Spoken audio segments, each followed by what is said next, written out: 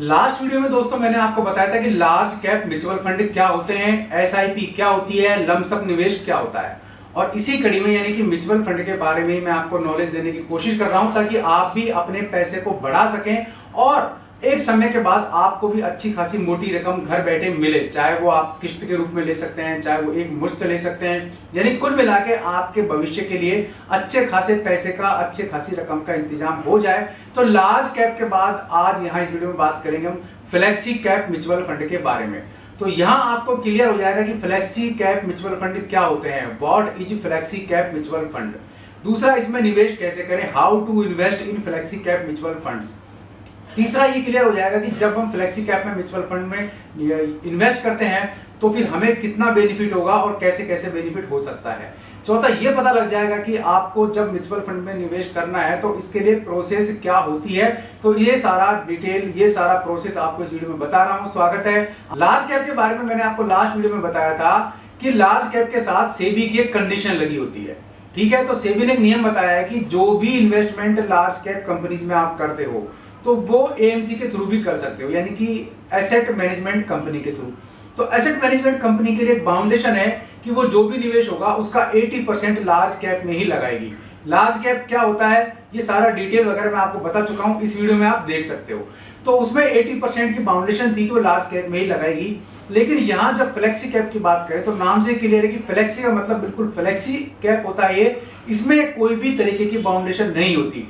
यहां आप large cap में, स्मॉल कैप में, मिड कैप में किसी भी तरीके से इन्वेस्टमेंट कर सकते हैं, किसी भी म्यूचुअल फंड में इन्वेस्टमेंट कर सकते हैं।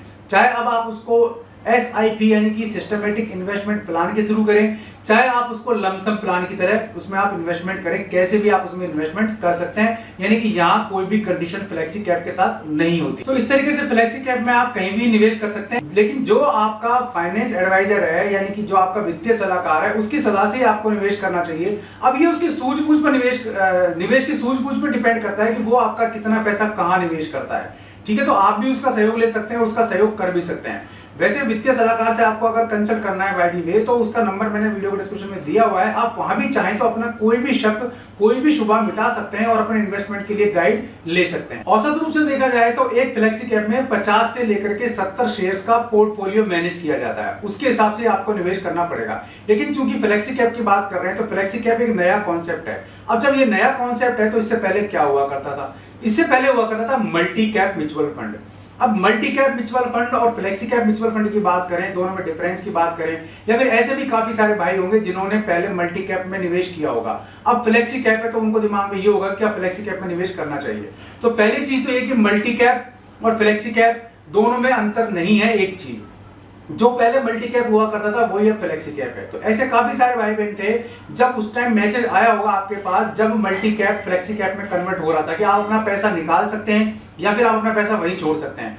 तो उसमें जिन्होंने पैसा वहीं छोड़ा है अपना, जिनका पैसा अभी भी निवेश किया हुआ है, इन्वेस्ट किया हुआ है, तो उनको निकालने की जरूरत या परेशान होने की जरूरत नहीं है। उनका multi cap mutual fund already एक फ्लेक्सी कैप म्यूचुअल फंड में कन्वर्ट हो चुका होगा। फिर भी कोई प्रॉब्लम आए तो आप कंसल्ट कर लीजिएगा, उसमें कोई आपको दिक्कत नहीं आएगी, आपको सारी कंसल्टेंसी यहाँ मिल जाएगी। अब बात कर लेते हैं दिसंबर 2020 से पहले की, जब मल्टी कैप म्यूचुअल फंड हुआ करते थे। फ्लेक्सी कैप से पहले सेबी का एक नियम और था जिसमें था कि आपको निवेश करना है तो आप 25% लार्ज कैप में निवेश कर सकते हैं, 25% निवेश आप मिड कैप में कर सकते हैं, 25% आप स्मॉल कैप में कर सकते हैं। तो ऐसे में क्या हुआ कि जितने भी इन्वेस्टर्स थे, जितने भी निवेशक थे, उन्होंने सीबी के ऑफिसर्स के साथ मीटिंग की और उनको बताया कि प्रायोगिक तौर पर 25% का जो रेशो है वो संभव नहीं है इन्वेस्टमेंट का। तो ऐसे में सीधा सिस्टम बना दिया गया, नया कॉन्सेप्ट दे दिया गया कि भाई जो आपके मल्टी कैप म्यूचुअल फंड है उनकी जगह फ्लेक्सी कैप म्यूचुअल फंड का नया कॉन्सेप्ट पेश किया जाए और उसको लागू किया जाए। तो वो फ्लेक्सी कैप लागू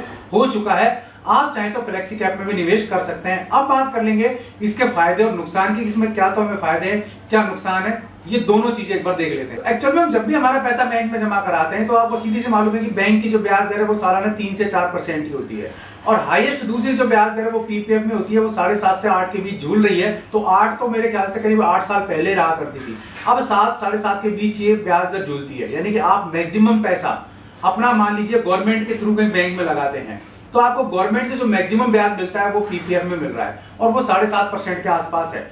अब मान लीजिए आप म्यूचुअल फंड में पैसा लगाते हैं तो यहाँ आपको जो इन्वेस्टमेंट है उस पर 15% तक आपको ब्याज मिल सकता है। 13 से लेकर के 15% तो आपको मिलेगा ही। हालांकि इसको कुछ कंफर्म नहीं कह सकते क्योंकि मार्केट का जो भी रुझान होता है वो उस पर होता है और ये पूरा मार्केट के जोखिम के अधीन ही होता है। तो आप जब भी इन्वेस्ट करें तो मेरी यही सलाह है कि आप अपने फाइनेंशियल एडवाइजर के थ्रू इन्वेस्टमेंट करें या किसी वित्तीय सलाहकार सलाह जरूर लें, सेबी गाइडलाइन जरूर पढ़ लें, क्योंकि मैं केवल आपको सजेस्ट कर सकता हूं, आप इस तरीके से कर सकते हैं। पैसा आपका है, आपको सोच समझ के इन्वेस्ट करना चाहिए।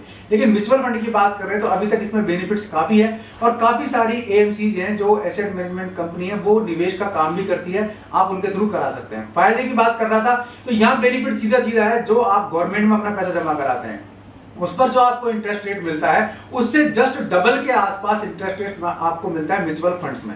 शेयर मार्केट में फिर भी जोखिम होता है क्योंकि ये भी शेयर मार्केट के अधीन ही होती है, लेकिन फिर भी इनमें काफी सारा ऐसा सिस्टम है, लार्ज कैप है, मिड कैप है, स्मॉल कैप है, इस तरह के म्यूचुअल फंड्स हैं जहां बेनिफिट्स आपका इक्वल बना दिया जाता है और बेनिफिट में रहने की संभावना ज्यादा होती है। नुकसान एक इसमें यही है कि आपका पैसा है, इसमें नुकसान भी आपको हो सकता है क्योंकि शेयर मार्केट है, शेयर मार्केट कभी भी ऊपर कभी भी नीचे जाता है, लेकिन जो भी आदमी जोखिम लेता है वही कमाता है।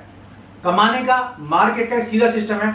जो बंदा मंदी में खड़ा रहता है, जो बंदा मंदी में अच्छी तरीके से डट के खड़ा रहता है, जिसमें पैसे को होल्ड करने की, पैसे को रोकने की कैपेसिटी होती है, वही तेजी में कमाता है। ये मार्केट का नियम है और ठीक इसी प्रकार से म्यूचुअल फंड्स भी काम करते हैं। आप म्यूचुअल फंड में निवेश कीजिए, थोड़ा सा पैसा अपना वहां रोक के रखने की हिम्मत रखिए तो आपको बेनिफिट मिलेगा, डेफिनेट आपको फायदा भी वहां मिल सकता है। अब उन भाई बहनों से बात कर लेता हूं जो अभी तक म्यूचुअल फंड में निवेश नहीं कर पाए हैं और अपने जीवन का पहला म्यूचुअल फंड लेने जा रहा है या निवेश करने। निवेदन करता हूं कि आप अपना पैसा किसी एएमसी या फिर किसी अच्छे फाइनेंशियल एडवाइजर के थ्रू ही निवेश करें, किसी अच्छे वित्तीय सलाहकार के थ्रू ही निवेश करें। आप चाहें तो मैंने वीडियो डिस्क्रिप्शन नंबर दिया हुआ है, वहां भी आप कंसल्ट कर सकते हैं या किसी और से भी आप कंसल्ट कर सकते हैं, जैसा आपका मन करे वैसा करें, लेकिन बिना कंसल्टेंसी आपको निवेश नहीं करना चाहिए या फिर खुद आप मार्केट का स्टडी करें उसके बाद ही निवेश करें। तो फ्लेक्सी कैप की बात कर रहे हैं तो फ्लेक्सी कैप में मान लीजिए आप निवेश करते हैं तो आपको यहाँ फ्लेक्सी कैप में सभी प्रकार की इंडस्ट्री, सभी प्रकार की कंपनीज, सभी प्रकार के म्यूचुअल फंड्स, सभी प्रकार के शेयर्स में निवेश करने का अच्छा खासा प्लेटफॉर्म मिलता है, आप उन पर निवेश कर सकते हैं। तो लार्ज कैप में जब बाउंडेशन थी, फ्लेक्सी कैप में कोई भी बाउंडेशन नहीं है। तो आपको ये भी समझ में आ गया होगा कि what is the difference between large cap mutual fund and flexi cap mutual fund. फिर कुछ चीजें रिपीट कर देता हूं इन्वेस्टमेंट से पहले, आप देख लें कि यहाँ आप मिनिमम 500 रुपए से भी निवेश कर सकते हैं। दूसरी बात, इसमें कोई लॉकिंग पीरियड नहीं होता, आपका पैसा आपका ही रहता है, आप इसको देख सकते हैं कितना पैसा है आपका और किस प्रकार से बढ़ रहा है आपका। जिस प्रकार बैंक में आप अपनी पासबुक में देख सकते हैं उसी प्रकार यहाँ भी आप देख सकते हैं।